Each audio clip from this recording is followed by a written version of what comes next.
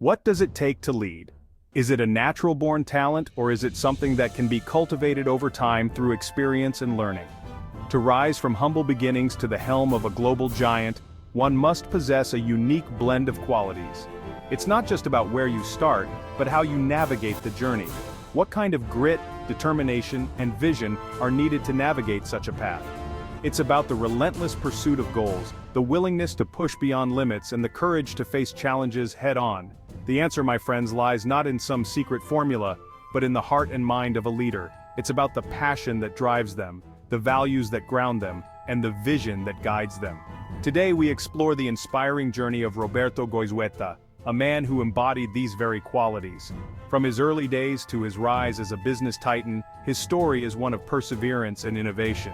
His story is a testament to the power of resilience, the importance of innovation, and the unwavering pursuit of a dream. It's about overcoming obstacles, thinking outside the box, and never losing sight of the ultimate goal.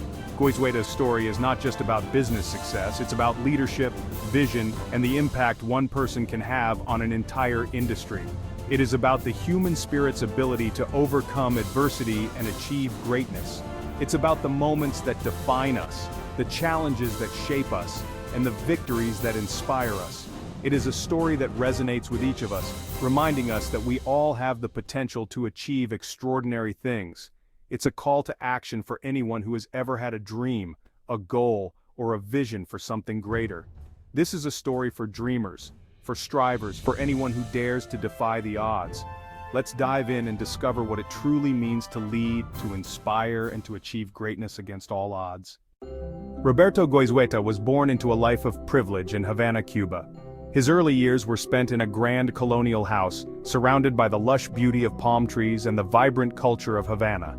The city, with its rich history and stunning architecture, was a playground for young Roberto. His family was prominent, their wealth rooted in the sugar industry. The Goizuetas were well known in Cuban society, their fortune built on the backs of the vast sugar plantations that dotted the Cuban landscape. The sugar industry was the lifeblood of the Cuban economy, and the Goizuetas were at its heart. Young Roberto attended private schools, his future seemingly paved with comfort and ease. These institutions were the best that money could buy, offering a top-tier education that prepared him for a life of success. His days were filled with lessons in literature, science, and the arts, all designed to mold him into a well-rounded individual. He developed a sharp mind, excelling in his studies and showcasing a natural curiosity about the world. Roberto was not just a passive learner. He was an active participant in his education. He loved reading books, exploring new ideas, and participating in school science fairs. His teachers recognized his potential and encouraged his intellectual growth. Little did he know, this comfortable life was about to change dramatically. The political landscape in Cuba was shifting, and the stability that the Goizueta family had enjoyed for so long was under threat. The rumblings of unrest were growing louder, and the future was becoming increasingly uncertain. His parents, recognizing his potential, sent him to the United States for his education. They knew that the opportunities available in America could provide Roberto with a brighter future, away from the turmoil that was beginning to engulf Cuba.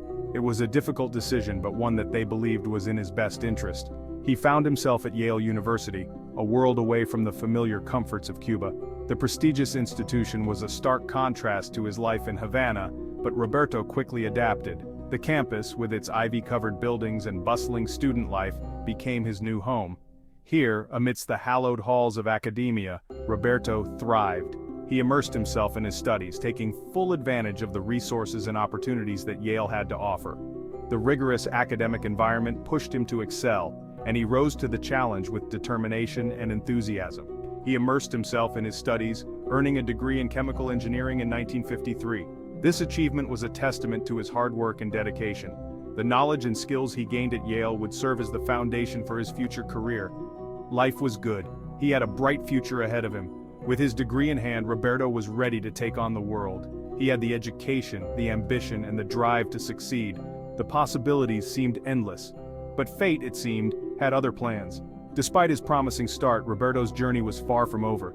The challenges and opportunities that lay ahead would test his resolve and shape his destiny in ways he could never have imagined. The year was 1960. Fidel Castro's revolution swept across Cuba, forever altering the island's destiny. For Roberto Goizueta, the revolution was personal. It meant the loss of his homeland, his family's wealth, and his sense of security. Forced to flee, he arrived in the United States with his wife and children. Their possessions were few, their money reduced to a mere $40. Imagine, if you will, the turmoil, the uncertainty. Everything Roberto had known, everything he had worked for, was gone. Yet in the face of this adversity, a spark ignited within him. A spark of resilience, a determination to rebuild, to prove that he was not defined by circumstance.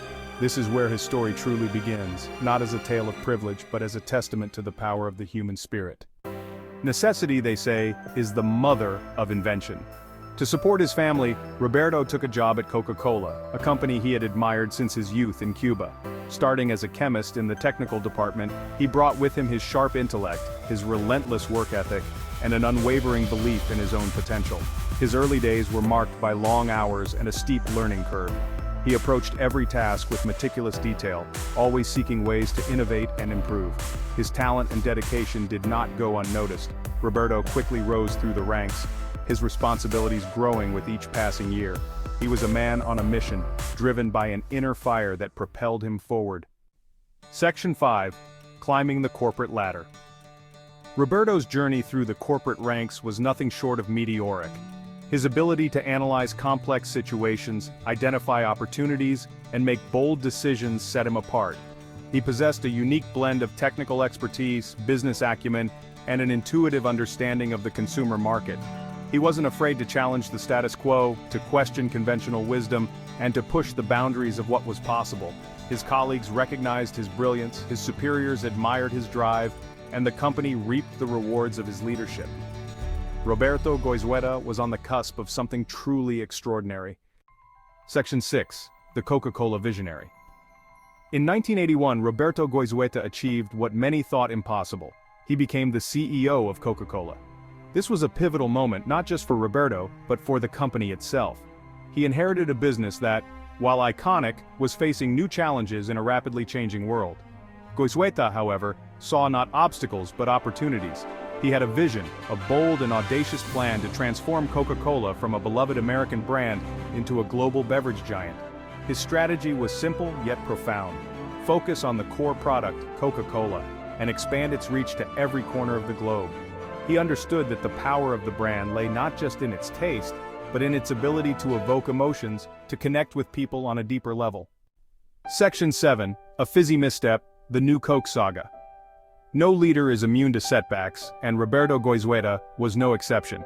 As the CEO of Coca-Cola, he faced numerous challenges and opportunities that tested his leadership and vision. His tenure as CEO was marked by incredible successes, but also by a few notable missteps. Among his many achievements, Goizueta was known for his bold strategies and innovative approaches to business. The most infamous of these was the New Coke debacle of 1985. This event would go down in history as one of the most controversial product launches ever. In a bold and ultimately misguided attempt to revitalize the brand, Coca-Cola introduced a new formula for its flagship drink. The company believed that the new taste would attract a younger audience and compete more effectively with its main rival Pepsi. The public outcry was swift and brutal. Consumers were outraged, feeling betrayed by the change to a beloved product that had been a part of their lives for decades. Goizueta and his team had underestimated the emotional connection consumers had with the original Coca-Cola. The backlash was not just about taste, it was about tradition, nostalgia, and brand loyalty. The backlash was a humbling experience, a stark reminder that even the most successful leaders can make mistakes. It was a lesson in the importance of understanding and respecting consumer sentiment. However, it was in this failure that Goizueta's true leadership qualities shone through. He did not shy away from the criticism or try to deflect blame. Instead, he took responsibility and sought to make amends. He listened to the consumers, he acknowledged the mistake, and he acted decisively to bring back the original formula. The return of Coca-Cola Classic was met with widespread celebration, and it reinforced the bond between the brand and its loyal customers. This episode, though initially a setback, ultimately strengthened Coca-Cola's market position and demonstrated the power of listening to one's audience. Section 8. A Legacy of Leadership. Under Goizueta's leadership, Coca-Cola experienced unprecedented growth and success. He transformed the company into a global powerhouse, its value soaring to unimaginable heights. But his legacy extends far beyond the balance sheet. Roberto Goizueta was a leader who inspired, who challenged, and who empowered those around him. He believed in the power of diversity, promoting women and minorities to positions of leadership. He understood that a company's greatest asset was its people, and he fostered a culture of creativity, innovation, and collaboration. Roberto Goizueta's impact on Coca-Cola, and on the business world as a whole, is immeasurable. Section 9. Goizueta's Enduring Lessons. Roberto Goizueta's story is an inspiration to us all. It is a testament to the power of resilience, the importance of hard work, and the unwavering pursuit of a dream. He taught us that success is not a destination, but a journey, one marked by both triumphs and setbacks. He showed us that leadership is not about titles or positions, but about vision, courage, and the ability to inspire others to achieve greatness. So, what can we learn from this remarkable man? Embrace challenges, learn from your mistakes, and never ever give up on your dreams. For within each of us lies the potential for greatness. It is up to us to find that spark, to nurture it, and to let it ignite our own journeys to success.